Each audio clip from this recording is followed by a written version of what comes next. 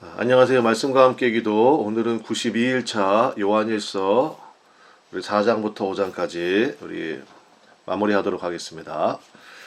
우리 4장 들어가면 첫 번째 주제는 분별하라라는 것입니다. 1절에 보니까 사랑하는 자들아 영을 다 믿지 말고 오직 영들이 하나님께 속하였나 뭐하라고 되어 있습니까? 분별하라. 많은 거짓 선지자가 세상에 나왔음이라. 그러니까 사도 요한이 요한 서신 쓸 때는 지금부터 한 2000년 전이잖아요. 그러니까 그때부터 지금까지 이 거짓 선지자, 거짓 영들의 역사들이 끊임없이 있다는 것입니다. 뒤집어 얘기하면 우리가 믿는 이 신앙이 진리이기 때문에 그런 거죠. 그래서 여기 분별하라라는 말씀이 나오는데, 분별해야 되는 이유는 6절에 나옵니다. 앞서 말씀드린 대로 진리의 영과 미혹의 영이 있기 때문에 그렇다라는 것입니다. 그러면 분별의 기준이 뭐냐? 이제 2절과 15절을 통해서 알 수 있는데요. 2절에 보면 예수께서 육체로 오신 것을 시인하는가, 즉 예수님의 인성을 인정하는가, 이것이 굉장히 중요한 분별의 기준이 된다는 것입니다. 지금 우리나라에 있는 제 대표적인 이단인 신천지 같은 것은 그 예수님의 육체의 부활을 거의 부인을 하거든요.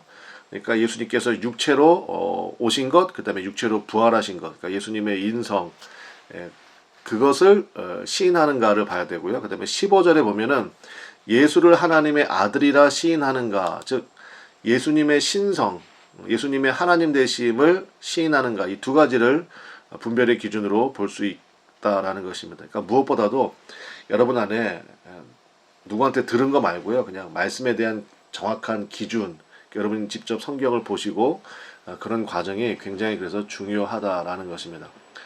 두 번째는 이제 하나님은 사랑이시다 라는 그런 주제가 나옵니다.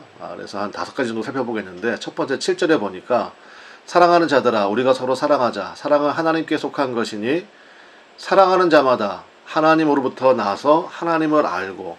자, 일단은 사랑은 하나님께 속한 것이다. 그게 뭡니까? 하나님께서 사랑의 원천이 되신다.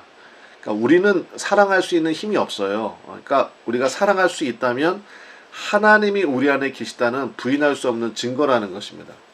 그래서 여기 말씀이 나오잖아요. 사랑하는 자는, 사랑하는 자마다 첫 번째 뭐예요? 하나님에게서 낳고, 두 번째 하나님을 안다라는 것입니다. 그래서 이 영어 성경에는 조금 더 이게 좀 요한서신만큼은 여러분들 영어 성경을 좀 보실 수 있다면 보시면 참 좋겠다 생각이 됩니다. 이 부분이 영어 성경 NIV 말씀을 제가 써놨는데요. Everyone who loves has been born of God. 그러니까 사랑하는 모든 사람들마다 하나님께로부터 낳고 and knows God. 하나님을 알게 된다 라는 것입니다. 그래서 여러분, 하나님을 어떻게 압니까? 사랑이 있는 것을 통해서 알게 된다는 거예요. 그 뒤에 나오니까 그때 또 하겠습니다. 9절에 보니까 하나님의 사랑이 우리에게 이렇게 나타난 바 되었으니 하나님이 자기의 독생자를 세상에 보내심은 그로 말미암아 우리를 살리려 하심이라. 하나님이 자기의 독생자를 세상에 보내셨다. 왜요? 우리를 구원하기 위해서. 그래서 사랑은 뭡니까? 가장 소중한 것을 주는 것입니다. 세 번째 16절 말씀인데, 하나님이 우리를 사랑하시는 사랑을 우리가 알고 믿었노니 하나님은 사랑이시라. 사랑 안에 거하는 자는 하나님 안에 거하고 하나님도 그의 안에 거하시느니라. 즉 사랑은 하나됨을 이룬다라는 것입니다. 앞서 살펴봤죠? 하나님을 아는 것 어떻게 알 수 있어요? 하나님께서 내 안에 거하시는 것을 어떻게 알 수 있냐면 사랑을 통해서 알 수 있다고 그랬죠. 그러니까 16절 말씀이 바로 그 증거가 되는 것입니다. 그래서 하나님은 사랑이시고 사랑 안에 거한다 그러면 하나님이 그 안에 거하는 거고, 하나님 안에 거하는 거고 하나님도 당연히 그 안에 거하신다. 즉 사랑은 하나됨을 이룬다라는 것입니다. 자, 그다음에 18절에 보면 사랑 안에 두려움이 없고 온전한 사랑의 두려움을 내쫓나니 두려움에는 형벌이 있습니다. 두려워하는 자는 사랑 안에서 온전히 이루지 못하였느니라. 두려움에 왜 형벌이 있을까요? 하나님이 그 안에 안 계시기 때문에. 하나님이 그 안에 안 계신다는 것은 영생의 은혜가 없다는 거 아닙니까? 당연히 형벌이 있다는 얘기죠. 그러니까 사랑 안에 거하는 자, 사랑 안에 거한다는 게 뭐예요? 하나님이 내 안에 거하신다는 증거라고 그랬죠. 가장 큰 특징은 뭐겠습니까? 두려움이 사라지는 거죠. 아니 하나님 천지를 창조하신 하나님이 내 안에 계시는데 두려워한다는 거는 말 그대로 이제 어불성설이죠. 말이 되지 않는 것입니다.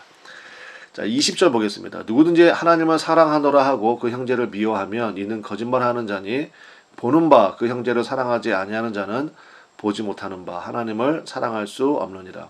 여러분께서 이제 요한일서 4장 말씀을 이제 묵상하시게 되면 이 형제 사랑에 대한 얘기가 굉장히 많다는 것을 알게 될 것입니다. 왜냐하면 아까 사랑은 뭐라고 그랬습니까? 가장 소중한 것을 주는 것이라고 그랬죠. 내 안에 하나님이 계시잖아요. 그러면 가장 소중한 것을 주게 되어 있습니다. 그러니까 보이는 형제를 사랑하는 힘을 키우십시오. 그건 뭐야? 하나님에게 더 집중해야만이 나오는 것입니다. 우리가 사랑을 자가 발전할 수 없어요. 하나님께서 내 안에 더 크게 더 완벽하게 거하실수록 사랑하는 힘이 나타나게 된다는 것입니다. 그래서 보이는 형제를 사랑하는 힘을 키우라, 믿음을 키우라, 똑같은 이야기입니다. 그러니까 성령으로 충만함과 똑같은 얘기입니다. 자, 그래서 보이는 형제를 사랑하는 실력을 키울 수 있는 것이 결국은 그 안에 믿음의 인내도 있다는 것이고 하나님에 대한 사랑 체험도 있다는 것이고 성령의 충만함도 있다는 것이기 때문에 굉장히 중요한 말씀이 되겠습니다. 자, 이제 마지막 5장 말씀을 한번 보겠습니다. 5장 말씀을 보시면 자, 첫 번째 세 가지 정도 주제가 있는데요. 첫 번째 거듭난 사람의 특징이 소개되고 있습니다. 1절에 보니까 예수께서 그리스도이심을 믿는 자마다 하나님께로부터 난 자니 또한 낳으신 이를 사랑하는 자마다 그에게서 난 자를 사랑하느니라. 이게 예수님께서 요한복음에서 말씀하시니까 요한복음을 쓴 사람도 사도 요한이고 지금 요한 1서를 쓴 분도 사도 요한이고 또 요한계시록도 사도 요한이고 다 사도 요한이잖아요. 그러니까 다 이렇게 하나의 흐름을 가지고 있습니다. 그러니까 여기 거듭남 요한복음의 그 니고데모의 대화 속에서 거듭남에 대해서 말씀하시잖아요. 그러니까 이것을 한마디로 요약한 것이 이제 5장 1절 말씀이죠. 그래서 이제 세번역 성경 버전을 보면 이 부분이 예수가 그리스도이심을 믿는 사람은 다 하나님에게서 태어났습니다. 낳아주신 분을 사랑하는 사람은 다 그분이 낳으신 이도 사랑합니다.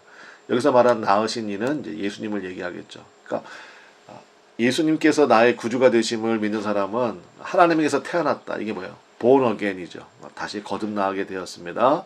낳아주신 분을 사랑하는 사람은 그분이 낳으신 우리 하나님의 아들 되신 예수님도 사랑하게 됩니다. 라는 것이죠. 그러니까 이렇게 거듭난 사람의 특징은 이제 세 가지로 나타날 수 있는데요. 첫 번째는요, 뭡니까? 말씀에 순종한다라는 것입니다. 3절에 보니까 하나님을 사랑하는 것은 이것이니 우리가 그의 계명들을 지키는 것이라. 그의 계명들은 무거운 것이 아니로다. 내가 계명 지켜야지, 말씀 지켜야지 이게 아니고요. 하나님의 사랑이 내 안에 거하시기 때문에 앞서 말씀드린 대로 하나님의 사랑한다는 것은 말 그대로 주의 영이신 성령으로 충만한 거잖아요. 그러면 순종이 자연스럽게 되는 것입니다. 두 번째, 믿음으로 세상을 이긴다는 것입니다. 4절에 보니까 무릇 하나님께로부터 난 자마다 지금 계속 하나님께로부터 태어났다는 얘기가 계속 반복되고 있죠. 그러니까 거듭남을 얘기하는 거죠. 세상을 이기느니라. 세상을 이기는 승리는 이것이니 우리의 믿음이니라. 그러니까 거듭난 사람의 특징은 뭡니까? 믿음으로 세상을 이긴다라는 것입니다. 마지막 11절은 뭡니까? 영생을 소유한다는 것이죠. 또 증거는 이것이니 하나님이 우리에게 영생을 주신 것과 이 생명이 그의 아들 안에 있는 그것이니라. 그래서 거듭난 사람의 특징. 여러분 거듭나셨잖아요. 그러니까 말씀 기도를 하실 정도면 거듭난 사람이 틀림없습니다. 그러면 이 세 가지가 내 안에 있는가 항상 점검하시고 이 세 가지가 만약에 좀 부족하다 싶을 때 이거 내가 해야지 이게 아니라 4장에서 말씀드린 대로 사랑의 원천이신 하나님을 더 사랑하는 마음 그거를 붙들고 나가셔야 된다라는 것입니다. 그러니까 말씀 기도를 통하여서 우리가 하나님을 더 깊이 알아가고 사랑하게 된다. 저는 확신합니다. 두 번째는 이제 기도에 대해서 말씀을 하고 있는데요. 자, 기도의 능력에 대해서 말씀하고 있습니다. 첫 번째, 기도를 통해서 하나님의 뜻을 알게 된다는 것입니다. 14절에 보니까 그를 향하여 우리가 가진 바 담대함이 이것이니 그의 뜻대로 무엇을 구하면 들으심이라. 제가 이제 초록색으로 표시를 좀 해놨죠. 그의 뜻대로 무엇을 구하면. 근데 우리가 기도하면 우리가 사실 그의 주님의 뜻 하나님의 뜻을 잘 모르잖아요. 근데 기도하면 알게 된다는 것입니다. 그래서 기도가 기도를 성장시킨다라는 유명한 말이 있거든요. 그래서 기도하면요, 하나님의 뜻을 알게 되어 있습니다. 그럼 하나님의 뜻대로 구하면 그 당연히 100%다 응답되는 거 아닙니까? 그래서 기도를 통해서 하나님의 뜻을 알게 된다. 그래서 여러분 말씀 기도 시간이잖아요, 이 시간이. 그러니까 말씀 보고 말씀을 통해서 내 안에 주님의 뜻을 많이 쌓아두는 거예요. 그리고 기도를 통하면 그게 확실하게 분별되고 또 세세하게 인도하심을 만나게 된다는 것입니다. 두 번째, 기도를 통해서 형제를 건져낼 수 있다는 거예요. 16절에 보니까 누구든지 형제가 사망에 이르지 아니하는 죄 범하는 것을 보거든 구하라. 그러니까 기도하라 그 얘기죠. 그리하면 사망에 이르지 아니하는 범죄자들을 위하여 그에게 생명을 주시리라. 그러니까 이 중보기도잖아요. 구하면 그에게 뭘 주신다고요? 생명을 주신다는 것입니다. 사망에 이르는 죄가 있으니 이에 관하여 나는 구하라 하지 않노라. 사망에 이르는 죄가 뭐냐면요, 한마디로 말하면 성령 해방죄입니다. 그러니까 성령 없이는 기도할 수도 사랑할 수도 없기 때문에 그렇습니다. 그래서 마지막 세 번째는 성도의 견인입니다. 성도는 끝까지 하나님의 보호와 인도를 받으며 그 사실을 확신할 수 있다라는 교리가 성도의 견인, 견자가 구들견자의 참을인자잖아요. 그래서 하나님의 보호와 인도하심을 끝까지 받는다라는 이 뜻인데요. 18절부터 20절에 보면 여러분이 말씀을 묵상해 보시면 아시겠지만 여기에 세 번의 안다라는 동사가 나옵니다. 이 안다라는 말이 그 경험적으로 확신한다라는 뜻입니다.